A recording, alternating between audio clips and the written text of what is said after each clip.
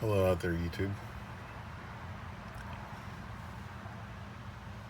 This evening I'm going to talk about the Fox Dart. This is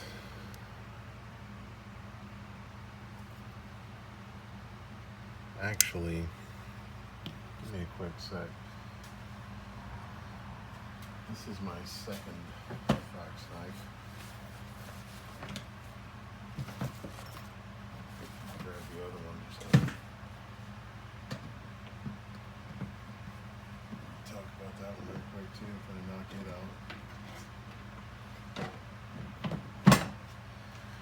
out when we get to it. Fox Dart. This is a knife that I really want to like, but there is one absolute fatal flaw to this knife. So quick rundown here. It is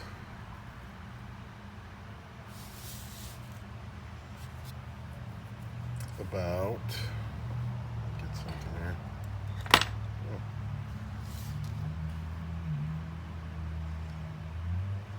Just under 7.5 inches, about 7.3 inches overall length. You're looking at about 2 3/4 inch overall blade length and about 2.5 inch cutting edge. N690 steel, G10 scales. A Tanto Karambit designed by Doug Marcaida, manufactured by Fox Knives of Maniago, Italy. Did I say it was N690 steel? So this is a knife. I got this, as we all know, Emerson fanboy. So it's got the Emerson wave on it. And designed by Doug Marcaida of Forged in Fire fame. And I thought, gotta have it. Excuse me.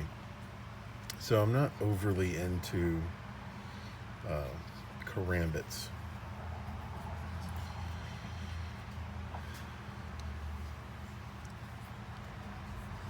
Here's the deal. There's one massive flaw with this knife. I'll get to it in a second. I've said it 5 times. I really like the ergonomics of this knife. Now I recognize this isn't how you're supposed to hold a karambit. I don't really care. Fact is, this is a knife. I mean, either way, it feels really good in hand. Like, the ergonomics are spot on with this knife. This is a knife designed for this is a defensive tool. This is not necessarily an EDC tool. And in such, it's a fine tool. I mean, maybe the blade's a little short for my liking, but, you know, as a defensive tool, it's a good tool. I am not massively trained in any kind of fighting styles or arts that utilize a knife. So for me, this would be more of an EDC tool, and per its blade length, this would be a really nice EDC tool. Now, I'm not overly concerned with, deep carry and whatnot, and that it's going to stick out this far. That's fine with me. What I can't have, though, is the fact that, and this is this knife's one flaw, there's no good way to open this knife without using the wave feature to deploy it when taking it out of your pocket, which, I'm not trying to terrify Janice from accounting when I go to open a box, right? It needs a thumb disc, it needs a thumb hole, it needs just about anything that's not going to just massacre your finger trying to open it. That is this knife's major flaw. Outside of that, I absolutely do love this knife. The action's fairly clean. I believe it's actually running on washers, on like nylon washers. Could be phosphor bronze, I forget. It's been so long since I took this thing apart. No, it's phosphor bronze. Yeah, it's running on phosphor bronze washers. Sorry. The action is reasonably smooth. And like I said, the ergonomics of this are fully fantastic. Like, it just fits in my hand. It feels good in my hand. Whether I hold it like an ADC knife, whether I hold it like a defensive karambit, it just, even if I don't use the ring, it just fits. But there is no good way to open this knife that's not going to absolutely murder your finger, because this is kind of sharp. A thumb disc, a thumb stud, a thumb hole, a flipper tab.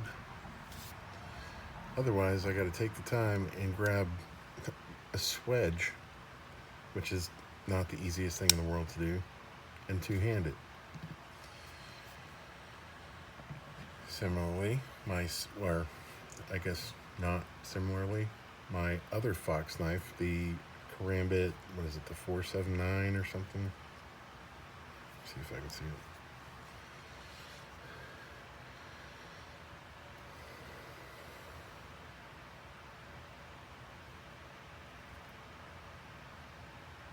Oh, here it is, hang on.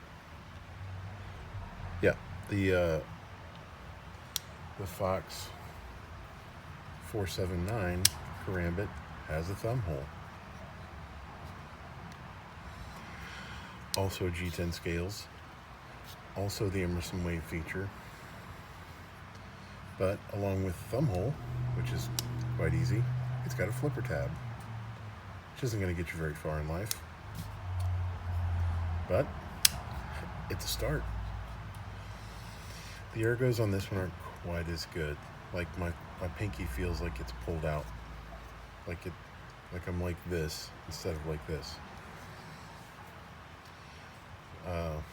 And the karambit grip, it just doesn't line up with my hand in the same way. Like, we can see how these are a little bit spaced out a little bit further.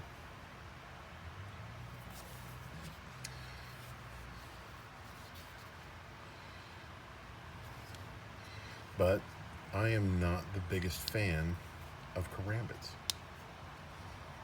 Like I said, I got this one just because of the Emerson Wave feature. Maybe if I were to take this one apart and clean it up, it would be a little bit better with that flipper tab. Not so much. Again, G10, also N690 steel. It's an okay knife. If you're into karambits, it's a fine karambit. Not really my game though. But back to the Fox Dart. So this knife's, it's an amazing knife. It's a fantastic knife. I love this knife. I hate this knife because it has no means to open it. We will compare it to the normal list of suspects here. The Kershaw Leek. Why is this not opening? Am I on the lock bar?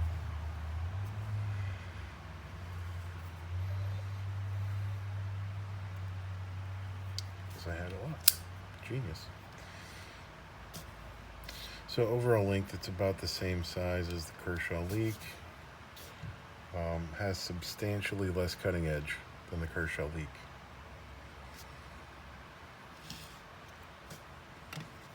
The Spyderco Tenacious. Substantially smaller than the Spyderco Tenacious, both in blade length and, well, and see, here's another kind of a flaw with this knife. Now, like I said, I don't care that this much sticks out. But there is a visual balance to it. This ring makes the handle excessively long, even by Spyderco standards.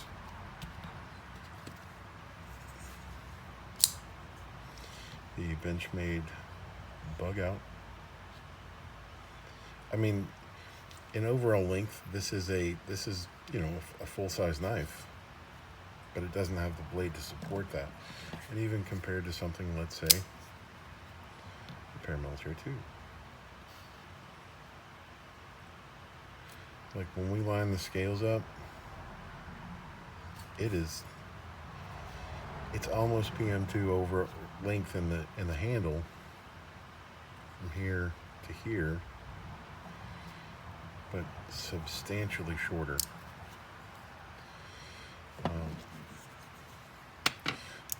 We'll compare it to a couple other knives that are maybe a little bit more applicable in this kind of size category.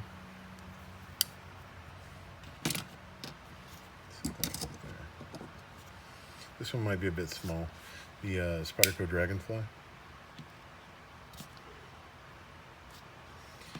But when we line up the scales, I mean, it's got almost the same blade length as the Dragonfly.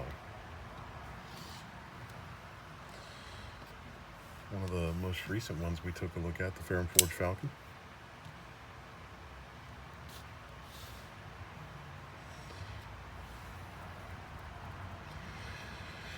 Smaller scales, bigger blade. And the Giant Mouse Ace Biblio. Same thing, smaller scales, bigger blade. So, oh, I didn't grab a weight on it. Hang on. Let me get a weight.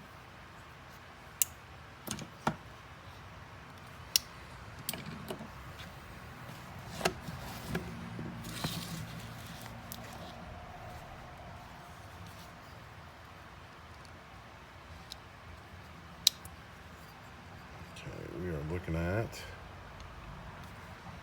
3.85 ounces. So, given its substantially short blade length, it's kind of heavy. This knife, like I said, I would not recommend this knife to anyone unless they are just a flat-out fan of karambits, or they have the training and skill set to use this as a defensive tool only, so that it just stays in the pocket until you need it for self-preservation. Even then, for that matter,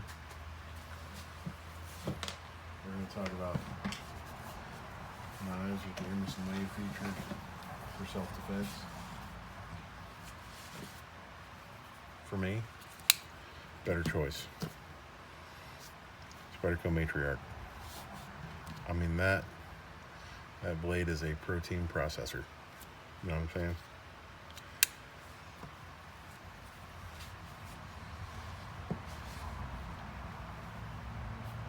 Listen, at the end of the day, I can't recommend this knife to anyone. It's just got that one really fatal flaw, that it's not easy to open with this thing, with the Emerson Wave, the Wave hook, and it's going to shred your thumb if you just do it over and over and over. And outside of that, without a thumb stud or a thumb disc or a flipper tab, it's just not practical for EDC. But I really want to like it because it just fits my meatballs fantastically well. So that's it. That's another knife that I'm not really a big fan of. There's really only one other knife, and I'm still kind of feeling it out, that I really don't care for.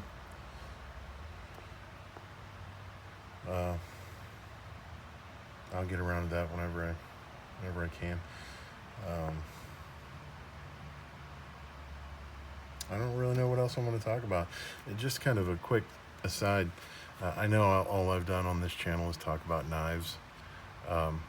That's not really what I had in mind for this channel at the beginning of it. I wanted to talk about all kinds of things, the things that I was into, whatever I'm into in the moment. Whether it be guns, whether it be knives, whether it be beard products, because I am a bearded individual. So I think I might start getting into some beard products here in a little bit. As the knife collection continues to grow. I've got a few knives that I haven't talked about that I want to talk about, but I'm waiting on some new scales or some new screws.